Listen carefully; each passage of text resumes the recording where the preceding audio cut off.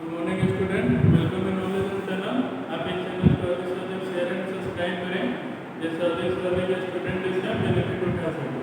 तो पिछले क्लास में हमने स्टैंडर्ड 10 का एक important chapter source of energy के बारे में डिस्कस किए थे, जिसमें हम जाने थे एनर्जी जनरली दो क्राइटेरिया में डिवाइड किया गया है। एक है कन्वेंशनल सोर्स ऑफ एनर्जी और एक होता है non conventional source of energy.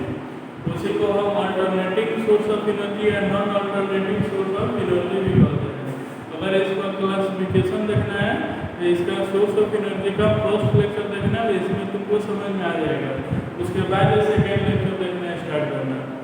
तो यहाँ पे हम कन्वेंशनल सोर्स ऑफ एनर्जी के बारे में स्टडी कर चुके थे। आज हम स्टडी करेंगे non conventional source of energy या अल्टरनेटिंग सोर्स ऑफ एनर्जी। तो जैसे आप कन्वेंशनल सोर्स ऑफ एनर्जी में तुम्हारा क्या था कि कोल था, पेट्रोलियम था।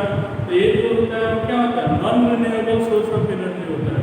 यानी इसका अगर हम एक बार कंजम्पशन कर लेंगे तो उसका हम दोबारा यूज नहीं कर सकते हैं, और ये तुम्हारा एक लिमिटेड अमाउंट में होता है। जो इसका अगर लगातार कुछ दिन यूज करेंगे कुछ दिन ऐसा आएगा कि वो क्या हो जाएगा, खत्म हो जाएगा। और इससे पॉल्यूशन भी क्या होता है, लार्ज अमाउंट में होता है। लेकिन आज हम पढ़ेंगे वो non conventional source of energy, जिसमें नहीं पॉल्यूशन होगा और ये अनलिमिटेड होते हैं, यानी इसका कोई लिमिट नहीं होता है। इसको बहुत अधिक समय तक हम क्या कर सकते हैं, यूज कर सकते हैं। तो पहले हमारे non conventional source of energy होता क्या है, तो यहाँ पे क्या है कि these source of energy which are not based on burning of fossil fuel and the splitting of atom of nuclear fuel। यानी वो सोर्स ऑफ एनर्जी जो बर्निंग ऑफ फॉसिल फ्यूल पे डिपेंड नहीं करें और स्प्लिटिंग ऑफ एटम को भी break करेंगे ना, तो उससे एनर्जी रिलीज होगा, जिसको हम न्यूक्लियर एनर्जी कहते हैं। इसको आगे डिस्कस करना है। तो जो न्यूक्लियर एनर्जी पे और बर्निंग ऑफ फॉसिल फ्यूल पे डिपेंड नहीं करे, उस टाइप की एनर्जी को हम क्या कहते हैं, non conventional source of energy कहते हैं। जैसे मान लो विंड एनर्जी है, अगर एयर से हमको एनर्जी मिल रहा है तो वहाँ पे नहीं हम कोल और पेट्रोलियम जला रहे हैं और नहीं तुम्हारा एटम का स्प्लिट कर रहे हैं, फिर भी हमको एनर्जी आ रहा है, तो उसको हम किस में रखेंगे, नॉन कन्वेंशनल में। हाइड्रो एनर्जी है, यानी वाटर से हमको एनर्जी मिल रहा है, तो वहाँ पे नहीं एटम में स्प्लिट हो रहा है और नहीं तुम्हारा क्या हो रहा है, नहीं तुम्हारा फॉसिल फ्यूल जा रहा है, उससे भी एनर्जी आ रहा है, उसको हम क्या कहेंगे, non conventional source of energy कहेंगे। तो non conventional source of energy बहुत टाइप के होते हैं, हमको इसमें डिस्कस करने के बारे में करना है। तो जैसे फर्स्ट नंबर में हाइड्रो इलेक्ट्रिक एनर्जी। तो जानते हो कि हाइड्रो का मीनिंग क्या होता है, वाटर, इलेक्ट्रिक का मतलब इलेक्ट्रिसिटी और एनर्जी। तो अगर वह प्लांट जहाँ पे इलेक्ट्रिसिटी और वाटर के हेल्प से जनरेट होता है तो उसको हम क्या कहते हैं, हाइड्रो इलेक्ट्रिक एनर्जी कहते हैं। सेकेंड में सोलर एनर्जी, तो कॉमन है, जानते हो कि अगर सन से हमको एनर्जी मिल रहा है तो उसको हम क्या कहेंगे, सोलर एनर्जी कहेंगे। थर्ड है विंड एनर्जी। तो जानते हो कि एयर तुम्हारा क्या होता है, air is a mixture of many type of gases, और जब मूविंग एयर होता है तो उसी को हम क्या कहते हैं, विंड कहते हैं। तो मूविंग एयर से जो एनर्जी मिलता है उसी को हम क्या कहते हैं, विंड एनर्जी। बायोमास एनर्जी, तो बायो का मीनिंग क्या होता है, लिविंग थिंग और मास और एनर्जी। तो लिविंग थिंग के डिस्ट्रॉय मतलब अनवांटेड मटेरियल से, यानी लिविंग थिंग के तुम्हें ये जो यूरिन है या उसका जैसे देखते हो काऊ हो गया या बफेलो हो गया, तो ये सब का क्या होता है, डंग होता है, गोबर होता है ना, तो उससे अगर कोई एनर्जी निकल रहा है तो उसको हम क्या कहेंगे, बायोमास एनर्जी। या सिंपल सा लकड़ी जो आता है कहाँ से आता है, प्लांट से। प्लांट क्या है, लिविंग थिंग है, तो लकड़ी भी किसमें आ जाएगा, वो भी बायोमास एनर्जी में ही आएगा। उसके बाद एनर्जी फ्रॉम सी, तो सी से भी एनर्जी मिलता है, जिसमें पहला होता है टाइडल एनर्जी। तो टाइडल एनर्जी का मीनिंग क्या होता है कि कभी कभी क्या होता है कि यहाँ पे सी यानी समुद्र के वाटर और ग्रेविटी के बीच में फोर्स लगता है, ग्रेविटेशनल फोर्स लगता है, जिसके कारण सी का जो वाटर है वो ऊपर की ओर जाता है और फिर ऊपर से नीचे गिरता है, जिसको ज्योग्राफी में पढ़ोगे कि हाई टाइड लो टाइड। तो वाटर फिर ऊपर गया और फिर ऊपर से नीचे आया, तो उसके मूवमेंट से अगर कोई एनर्जी मिलता है तो उसको हम क्या कहेंगे, टाइडल एनर्जी। यानी हाई टाइड लो टाइड से जो एनर्जी मिलेगा टाइडल एनर्जी, इसको आगे डिटेल में पढ़ेंगे। सी वेव एनर्जी का मीनिंग क्या हो गया कि जब यहाँ पे सी समुद्र के पानी से यानी वाटर से जब उसके ऊपर से एयर मूव करता है तो उसका वाटर क्या होता है, मूवमेंट में आता है। तो उसके वाटर के मूवमेंट से अगर कोई एनर्जी आ रहा है तो उसको आप क्या कहेंगे, सी वेव एनर्जी कहेंगे। ओशियन थर्मल एनर्जी, तो थर्मल का मीनिंग समझते हो हीट। तो जैसे ओशियन के वाटर क्या हो जाता है, सनलाइट के कारण धीरे धीरे हीट हो जाता है, तो उससे अगर कोई एनर्जी आ रहा है तो उसे को हम क्या कहते हैं, ओशियन थर्मल एनर्जी। और जियोथर्मल एनर्जी, और के नीचे तुम्हारा क्या होता है, कोई ऐसा प्लेस पाया जाता है जहाँ पे बहुत हॉट जैसे वोल्केनो देखो तो हॉट ऑब्जेक्ट पाया जाता है, उसे एनर्जी मिलता है, उसको हम जियोथर्मल एनर्जी कहेंगे। तो इसको आगे सब डिटेल में पढ़ेंगे। तो अब यहाँ पे benefit of alternative source of energy, यानी क्या रीजन था कि हम कन्वेंशनल सोर्स ऑफ एनर्जी को रिमूव करके non conventional source of energy पे हम लोग डिपेंड हो गए। जैसे यहाँ पे पेट्रोल और डीजल तुम्हारा क्या है, कन्वेंशनल सोर्स ऑफ एनर्जी है, उसको हम रिमूव करके आजकल क्या कर रहे हैं, एलपीजी या सीएनजी का यूज कर रहे हैं। तो ये तुम्हारा क्या आ जाएगा, conventional non conventional source of energy में आएगा। तो इसका रीजन क्या है कि फॉसिल फ्यूल और न्यूक्लियर फ्यूल ये तुम्हारा क्या होता है, non alternating source of energy या कन्वेंशनल सोर्स ऑफ एनर्जी होता है। तो ये तुम्हारा लिमिटेड अमाउंट में रहता है, इसलिए हम इसका यूज छोड़ के हम किसका यूज कर रहे हैं, नॉन कन्वेंशनल का। सेकेंड में इसके द्वारा कन्वेंशनल सोर्स के द्वारा तुम्हारा पोल्यूशन में क्या होता है, अधिक अमाउंट में होता है, पोल्यूशन का रेट है वो भी तुम्हारा क्या होता है, अधिक होता है। तो इसीलिए हम non conventional source of energy का यूज नहीं करके हम किसका यूज कर रहे हैं, non conventional source of energy का यूज कर रहे हैं।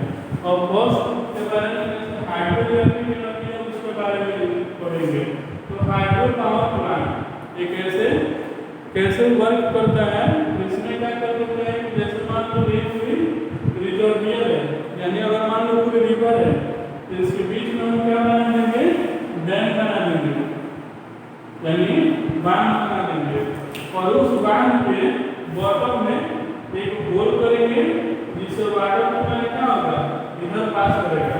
ये तुम्हारा रिजर्वियर है जहाँ पे वाटर कलेक्ट हो रहा है। तो जब कलेक्ट होगा तो इसमें से अगर 3 फोर्स से वाटर को पास करेंगे तो इसमें इसका स्पीड क्या होगा, अधिक होगा। उस स्पीड के कारण में कहाँ पे गिरता है, टरबाइन पे, तो उससे टरबाइन रोटेट होता है और टरबाइन से कनेक्ट होता है जनरेटर, तो उससे जनरेटर रोटेट होता है। और जनरेटर का प्रॉपर्टी होता है वो मैकेनिकल एनर्जी को इलेक्ट्रिकल एनर्जी में क्या करता है, कन्वर्ट करता है। तो उससे तुम्हारा क्या होगा, इलेक्ट्रिसिटी प्रोड्यूस होगा। इसका मतलब क्या होगा कि रिजर्वियर से वाटर कलेक्ट होता है, वो वाटर हाई स्पीड से टरबाइन पे गिरता है जिससे टरबाइन रोटेट होगा, टरबाइन से जनरेटर चलेगा और जनरेटर तुम्हारा क्या करेगा, इलेक्ट्रिसिटी प्रोड्यूस करेगा। तो यहाँ पे पूछता है कि हाइड्रो पावर प्लांट में कौन यूनिट किसमें कन्वर्ट हो रहा है।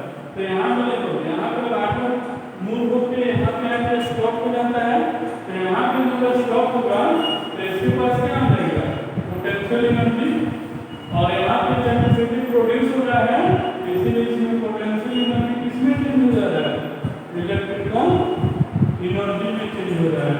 तो यहाँ पे याद रखना कि हाइड्रो पावर प्लांट में क्या आता है, पोटेंशियल एनर्जी जो होता है किस फॉर्म में चेंज हो जाता है, इलेक्ट्रिकल एनर्जी में कन्वर्ट हो जाता है। इसी को यहाँ पे बताया कि power plant produce electricity by using flowing water to rotate turbine. Flowing water जो टरबाइन रोटेट होता है उससे इलेक्ट्रिसिटी प्रोड्यूस होता है, उसी को हम हाइड्रो पावर एनर्जी कहते हैं या हाइड्रो पावर प्लांट कहते हैं। अब यहाँ पे है इसका एडवांटेज क्या है और डिसएडवांटेज क्या है। एडवांटेज तो समझ रहे हो कि यहाँ पे क्या है, it does not produce any pollution, इससे कोई पॉल्यूशन क्रिएट नहीं होता है। It is A renewable source of energy, इसका बहुत ही अधिक दिन तक यूज करेंगे तो ये क्या होगा, खत्म नहीं होगा। और कंस्ट्रक्शन ऑफ डैम, यानी डैम का जब यहाँ पे कंस्ट्रक्शन करेंगे तो यहाँ पे वाटर कलेक्ट होगा, तो इस एरिया में जो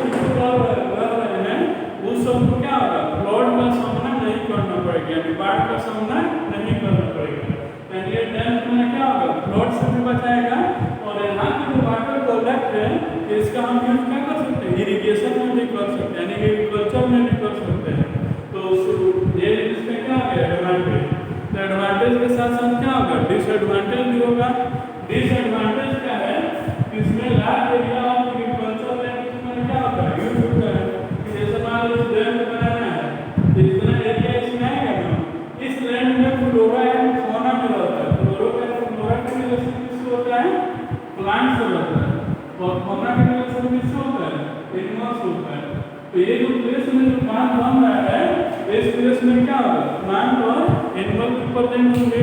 तो इस प्लांट के कारण उसका जो इकोसिस्टम है वो भी क्या आ जाता है, डिस्ट्रॉय हो जाता है।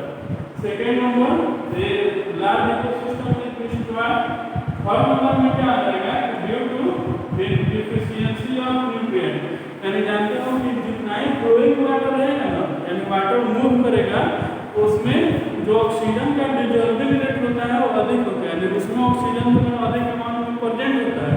और जब वाटर तुम्हारा वाटर का फ्लो रुक जाता है तो उसमें ऑक्सीजन का डिफिशियंसी हो जाएगा। तो जब यहाँ पे बांध बना देंगे तो यहाँ पे क्या आ जाएगा, इसमें जो परसेंटेज ऑफ ऑक्सीजन होगा वो क्या आ जाएगा, कम हो जाएगा। तो इसलिए एक्वेटिक एनिमल के लिए जो न्यूट्रिएंट प्रेजेंट होना चाहिए उसका अमाउंट भी क्या आ जाएगा, कम हो जाएगा। तो यानी सिंपल से याद रखना है, इसमें क्वेश्चन क्या आता है कि define hydro power energy advantage और डिसएडवांटेज। इसको ऐसे जाके फिर उसके बाद पूछेगा कि डिफाइन सोलर एनर्जी एडवांटेज और डिसएडवांटेज। तो उसके बाद हम क्या कर रहे हैं कि सोलर एनर्जी के बारे में, यानी सोलर एनर्जी उसका क्या है वो हम पढ़ेंगे विंड एनर्जी के बारे में। तो जानते हो कि air is a mixture of gas होता है, गैसेस होता है, और विंड क्या होता है, तो मूविंग एयर होता है। तो इसमें क्या होता है, ये इसका फैन होता है, जनरेटर होता है। तो उससे क्या होगा, ये मूविंग एयर को हम फैन पे पास कराएंगे। इससे क्या होगा, ये फैन रोटेट होने क्या होगा, स्टार्ट होगा। इस फैन के द्वारा क्या होगा, जनरेटर रोटेट होगा, और जनरेटर के द्वारा क्या करेगा, मैकेनिकल एनर्जी को इलेक्ट्रिकल एनर्जी में कन्वर्ट करता है ना। तो यहाँ से इलेक्ट्रिसिटी क्या होगा, प्रोड्यूस होगा। तो यहाँ पे देख लेना कि इसमें कौन सा एनर्जी किसमें कन्वर्ट होता है। तो इसमें यहाँ पे क्या है, मूविंग एयर है। तो मूविंग पार्टिकल के पास कौन सा एनर्जी होता है, काइनेटिक एनर्जी। तो इसके पास क्या होगा, काइनेटिक एनर्जी द्वारा इलेक्ट्रिकल एनर्जी में कन्वर्ट होगा। तो याद रखना कि हाइड्रो पावर प्लांट में तुम्हारा पोटेंशियल एनर्जी इलेक्ट्रिकल एनर्जी में कन्वर्ट हो रहा है। यहाँ पे क्या है, काइनेटिक एनर्जी इलेक्ट्रिकल एनर्जी में कन्वर्ट हो रहा है। तो यहाँ पे विंड एनर्जी से एनर्जी कौन प्रोड्यूस कराता है, तो विंड मिल कराता है। यानी विंड मिल एक इंस्ट्रूमेंट है जो विंड एनर्जी से क्या करता है, इलेक्ट्रिसिटी प्रोड्यूस कराता है। तो यहीं पे wind mill use for generating electricity is called wind turbine. Wind turbine से इलेक्ट्रिसिटी प्रोड्यूस होगा। And complete set of generating electricity, यानी ये complete set of generating electricity है, उसी को क्या कहते हैं, विंड जनरेटर कहते हैं। अब इसका एडवांटेज भी होगा और डिसएडवांटेज भी होगा। एडवांटेज क्या होगा, इससे क्या होगा, कोई पोल्यूशन नहीं होगा। उसके बाद ये तुम्हारे क्या है, रिन्यूएबल सोर्स ऑफ एनर्जी, यानी इसका हम बार-बार यूज कर सकते हैं। और उसके बाद ये फॉसिल फ्यूल कंजर्व करते हैं, फॉसिल फ्यूल को बचाता है। उसके बाद इसका डिसएडवांटेज क्या है, तो एक कैन नॉट एस्टेब्लिश एवरीवेयर, इसको सभी जगह एस्टेब्लिश नहीं कर सकते हैं। क्यों नहीं कर सकते हैं, तो विंड फॉर्मेशन का रीजन क्या होता है, टेम्परेचर। यानी जिस एरिया में जितना ही टेम्परेचर अधिक होगा वहाँ पर विंड भी क्या होगा, अधिक प्रोड्यूस होगा। क्योंकि जूनियर क्लास में पढ़ोगे टेम्परेचर अधिक होता है तो एयर का डेंसिटी क्या होता है, कम होता है। तो एयर ऊपर की ओर उठता है, उस वैकेंट प्लेस को भरने के लिए सराउंडिंग से एयर आता है जिससे विंड का फॉर्मेशन होता है। तो इसलिए इसको हम वहीं पे लगा सकते हैं जहाँ का टेम्परेचर तुम्हारा क्या होगा, अधिक हो, जैसे तमिलनाडु होगा। इट रिक्वायर्स लार्ज एरिया, इसके सेटिंग में बहुत लार्ज एरिया चाहिए। जो लार्ज एरिया होगा वो तुम्हारा क्या होगा, एक्सपेंसिव होगा, जिसको लगाना सबके बस की बात नहीं होगा। तो उसके बाद आता है सन एनर्जी। तो जानते हो कि सन से जो एनर्जी आता है उसको हम क्या कहते हैं, सन एनर्जी कहते हैं। यानी energy obtain from sun is called sun energy. इसमें इंपॉर्टेंट है ये सोलर कांस्टेंट।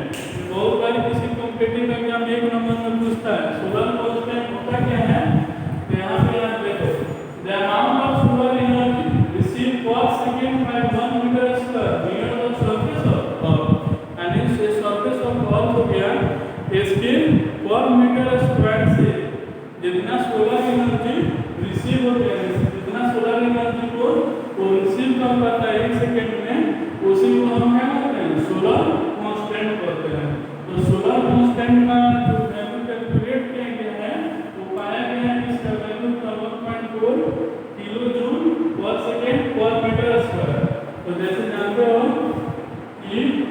यहाँ पे T equal to W by T, तो W क्या आता है जूल और T क्या आता है सेकेंड। ये जूल पर सेकेंड को ही हम क्या करते हैं बांट करते हैं। तो उस कंडीशन में ये जो जूल पर सेकेंड है ये तुम्हारा क्या आ जाएगा बांट, तो इसका अदर यूनिट क्या आ जाएगा 1.4 किलो वाट पर मीटर स्क्वायर। यानी सोलर कांस्टेंट के बराबर समझना केवल सन और अर्थ के बीच के एवरेज डिस्टेंस, यानी एवरेज डिस्टेंस को क्या फिक्स हो, तो अर्थ सरफेस के 1 मीटर स्क्वायर एरिया से 1 सेकंड में जितना सन एनर्जी कंज्यूम होता है उसी को हम क्या कहते हैं सोलर कांस्टेंट कहते हैं। इसका वैल्यू 1.4 किलोवाट पर मीटर स्क्वायर होता है। उसके बाद आता है कि सोलर एनर्जी में बहुत सारे इंस्ट्रूमेंट है जो इस प्रिंसिपल पर क्या करते हैं, तो उसमें पहला इंस्ट्रूमेंट है सोलर कुकर। सोलर कुकर से बहुत सारे क्वेश्चन रिलेटेड आते हैं। जैसे सोलर कुकर में क्या होता है कि बॉक्स होता है जो जनरली किससे बना होता है वुड से। वुड किस लिए होता है, तो वुड क्या होता है इंसुलेटर ऑफ हीट होता है, यानी इस पे हीट का क्या होगा कोई इफेक्ट नहीं पड़ेगा, तो इसको एक जगह से दूसरी जगह कैरी करने में क्या होगा आसानी होगा।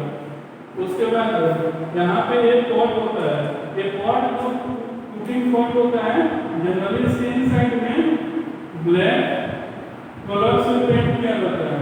ब्लैक कलर से क्यों पेंट किया रहेगा, तो ब्लैक कलर क्या होता है गुड ऑब्जर्वर ऑफ हीट होता है, इसलिए इसके इनसाइड पार्ट में क्या होता है ब्लैक कलर से पेंट होता है।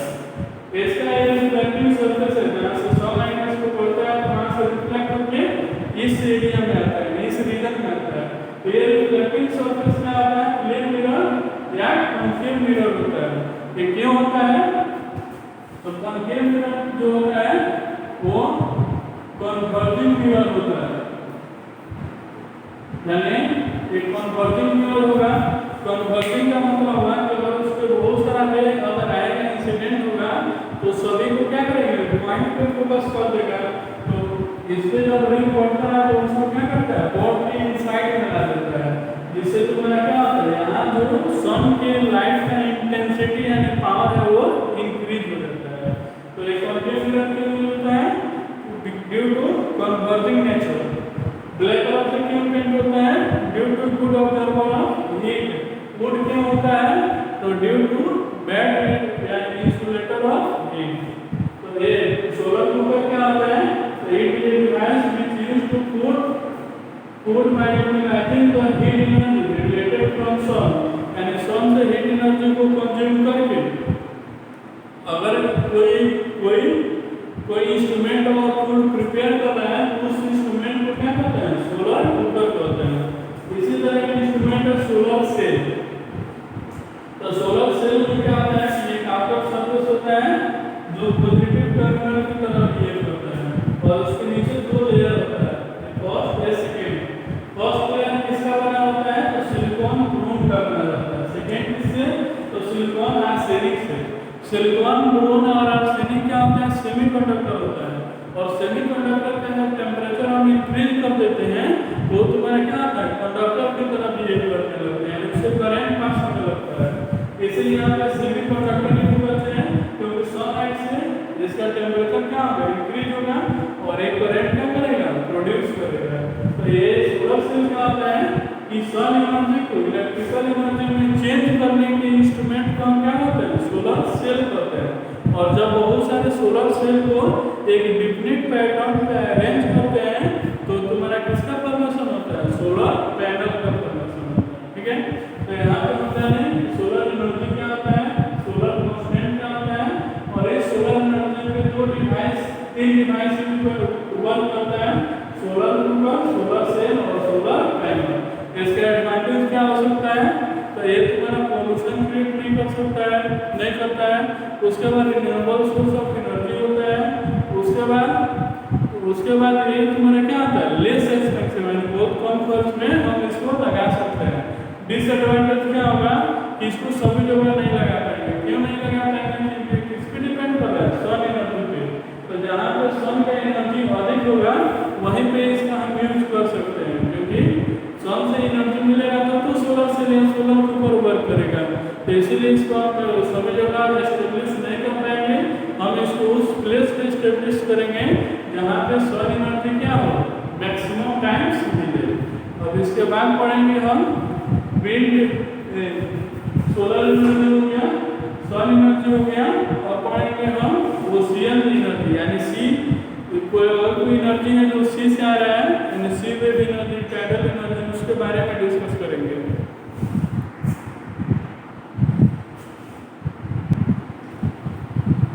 अब यहाँ पे बायोमास एनर्जी, तो बायोमास एनर्जी क्या होता है कि the rate of plant and tree of waste material of animal is called biomass.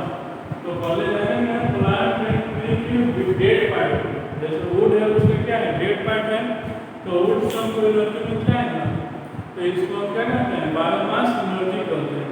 लेकिन वुड का डायरेक्ट यूज करने से हार्मफुल क्या है, ये तो एक इन्वायरमेंट, ये तो तुम्हारा पॉल्यूशन क्रिएट होता है लातमार में, और उससे क्या होता है कि ये स्मोक भी प्रोड्यूस होता है जो हमारे हेल्थ के लिए क्या होता है, हार्मफुल होता है।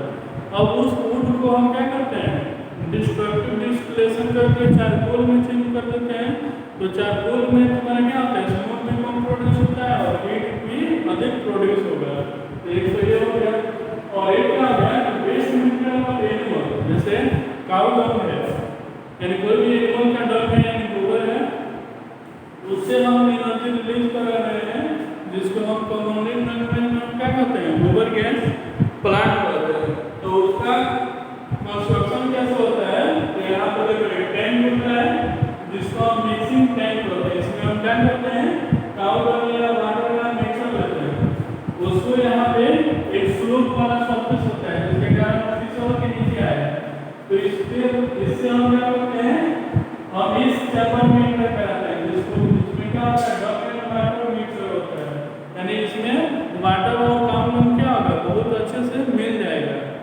और इसमें क्या होगा कि ये सारा जो चैम्बर होता है उसका क्लोज होता है, इसमें से कहीं लीक होने का प्रोसेस नहीं है। तो जब लीक नहीं होगा तो यहाँ पर ऑक्सीजन नहीं आएगा, और जब ऑक्सीजन नहीं होगा तो क्या होगा, एनारोबिक रेस्पिरेशन होगा। तो एनारोबिक डिग्रेडेशन के कारण इससे क्या होगा, गैस रिलीज होगा, इस गैस को हम क्या कहते हैं, बायोगैस कहते हैं, और उसे पाइप के द्वारा हम कहीं भी लेकर जा सकते हैं, और उससे हम अपना फूड प्रिपेयर करते हैं। अब इसके बाद इसमें जो वेस्ट होता है वो धीरे धीरे कलेक्ट होगा, और इसमें का सारा गैस जो बाहर हो जाएगा तो धीरे धीरे क्या होगा, ऊपर की ओर शिफ्ट करेगा, जिसको हम क्या कहते हैं, ओवर टैंक कहते हैं, और ओवर टैंक से उसको क्या करेंगे, आउट कर लेंगे, और इसका यूज हम किसमें करते हैं, मैन्योर में, यानी खाद भी कर लेते हैं। तो इस प्रोसेस को हम क्या कहते हैं, गोबर गैस प्लांट करते हैं। और बायोगैस में क्या क्या रहता है, तो इसमें मेनली तुम्हारा मीथेन रहता है, सबसे अधिक कौन सा गैस में रहता है, मीथेन। उसके बाद कार्बन डाइऑक्साइड होता है, उसके बाद हाइड्रोजन, उसके बाद हाइड्रोजन सल्फाइड होता है। और इस कंडीशन में प्रिपेयर होता है तो एनारोबिक डिग्रेडेशन की कंडीशन में होता है।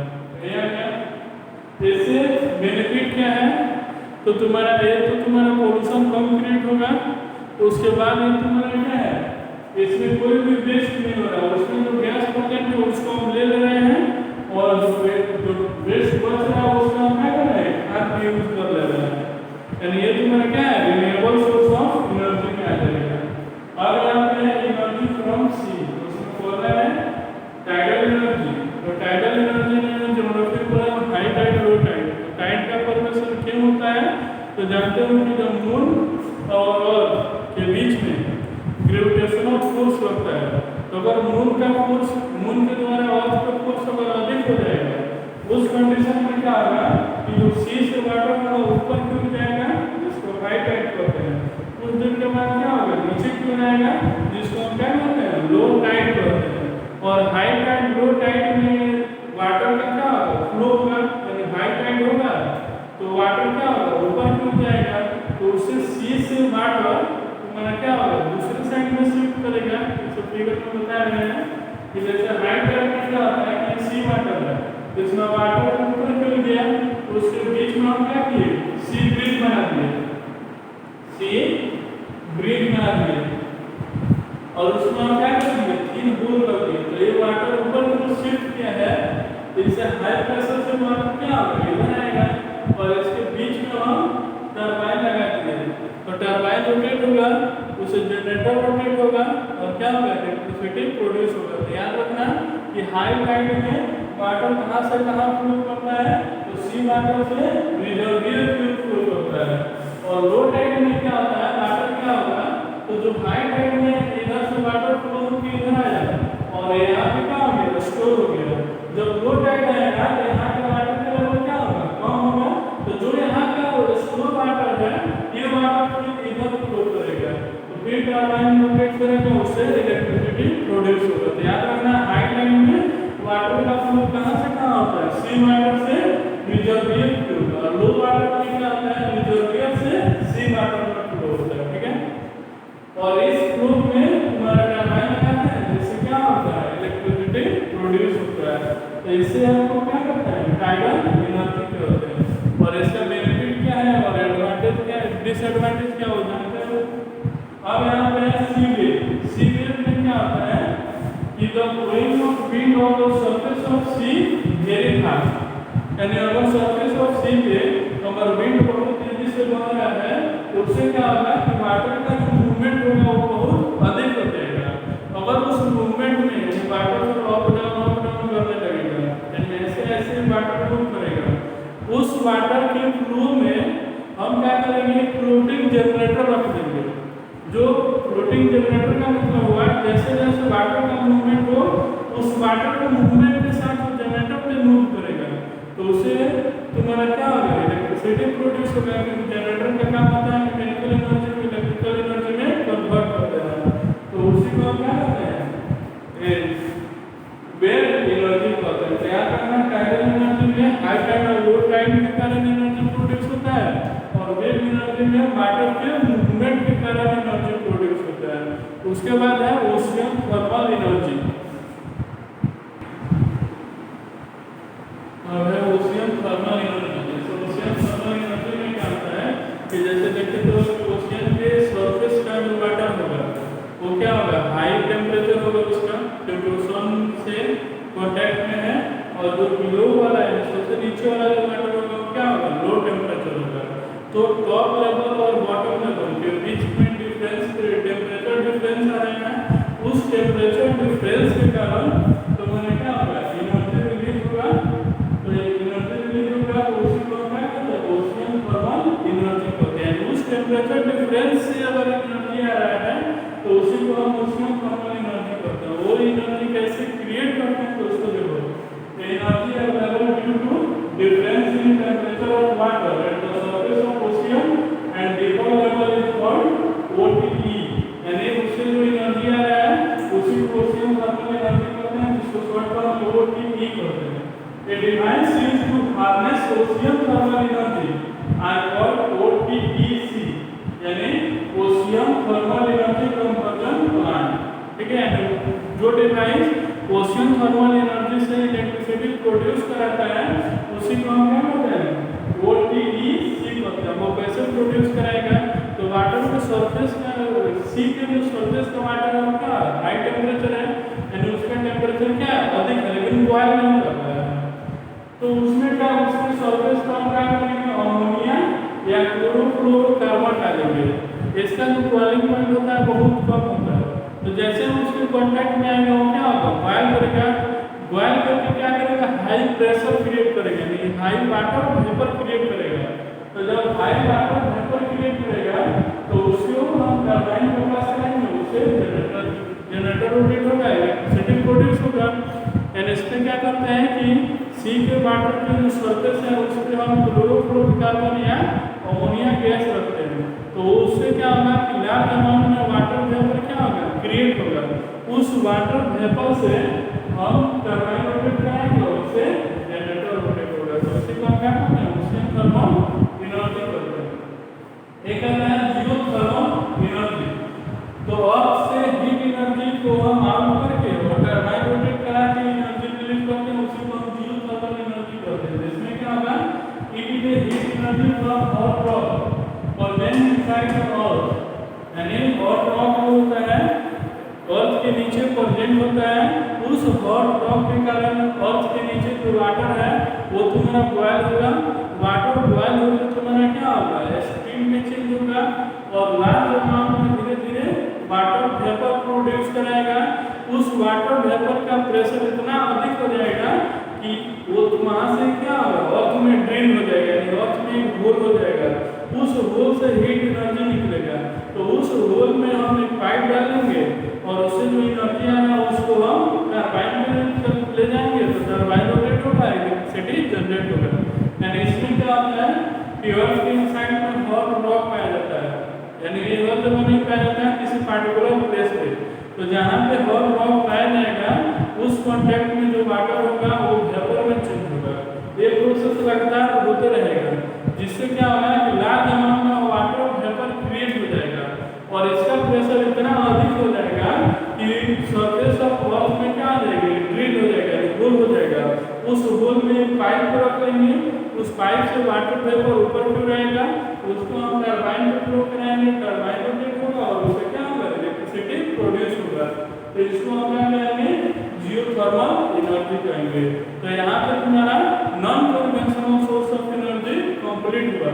अब इसका एक मेन टॉपिक है न्यूक्लियर एनर्जी, जिसमें हम न्यूक्लियर फिजन और न्यूक्लियर फ्यूजन के बारे में पढ़ेंगे। ये इम्पोर्टेंट है, हमेशा एग्जाम में पूछता है। तो अब हम स्टडी करेंगे न्यूक्लियर एनर्जी के बारे में। अब यहाँ पे न्यूक्लियर एनर्जी और एटॉमिक एनर्जी, इसमें इसका मीनिंग क्या होता है, तो जैसे जानते हो कि ये फिजिकल रिएक्शन इन विच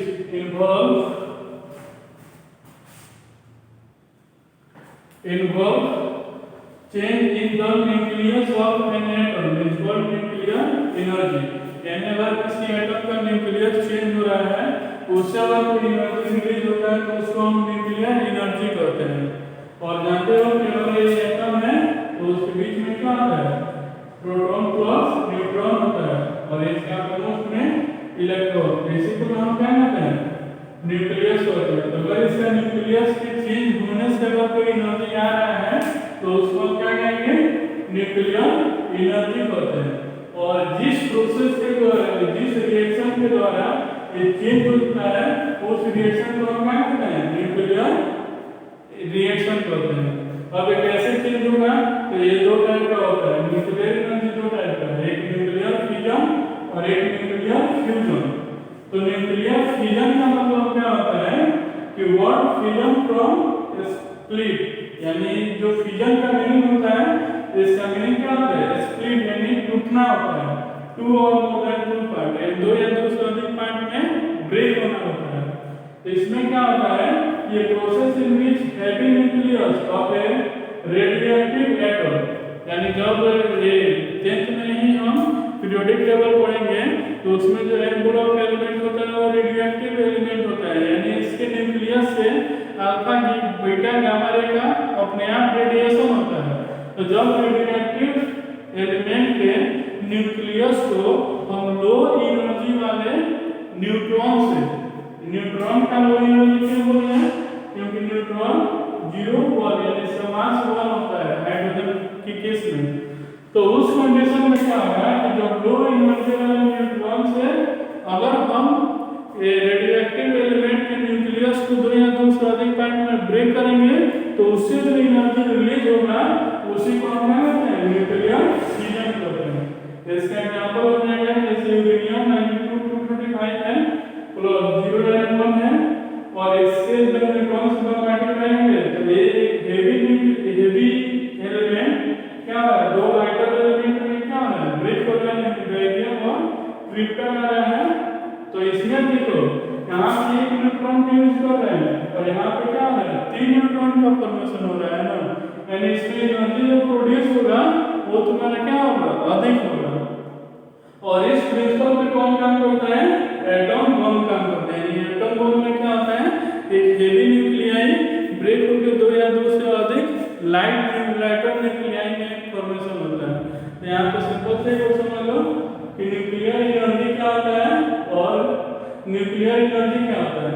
तो किसी फिजिकल प्रोसेस यानी किसी फिजिकल रिएक्शन के कारण हम एक हेवी न्यूक्लियाई एलिमेंट को हम क्या करते हैं, ब्रेक करते हैं। तो दो या दो से अधिक लाइट न्यूक्लियाई का फॉर्मेशन होता है।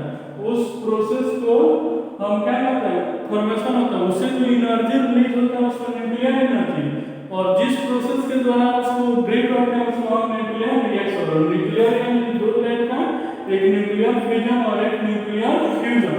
तो न्यूक्लियर फिजन क्या होता है कि इसमें एक हेवी न्यूक्लियर ब्रेक होकर दो या दो से अधिक लाइट न्यूक्लियर फॉर्मेशन होता है। तो इसमें किसके द्वारा ब्रेक किया जाता है, तो लो एनर्जी वाले न्यूट्रॉन के द्वारा, और इसका रिएक्शन याद रखना है। और इस प्रिंसिपल पे कौन काम करता है, एटम बम काम करता है। अब यहाँ पे जो एनर्जी आ रहा है वो कहाँ से आ रहा है, तो यहाँ पे जो मास ऑफ रिएक्टेंट है और मास ऑफ प्रोडक्ट है उसमें कुछ डिफरेंस आएगा। जैसे यहाँ पे क्या है 235 1236 हो गया, यहाँ पे 139 94 और 4, तो क्या आ जाएगा 9 4 13 14 का 4 39 9 3 12 113 और यहाँ पे 2 यानी 234 आ रहा है, और वहाँ पे कितना आ रहा है 235 आ रहा है ना।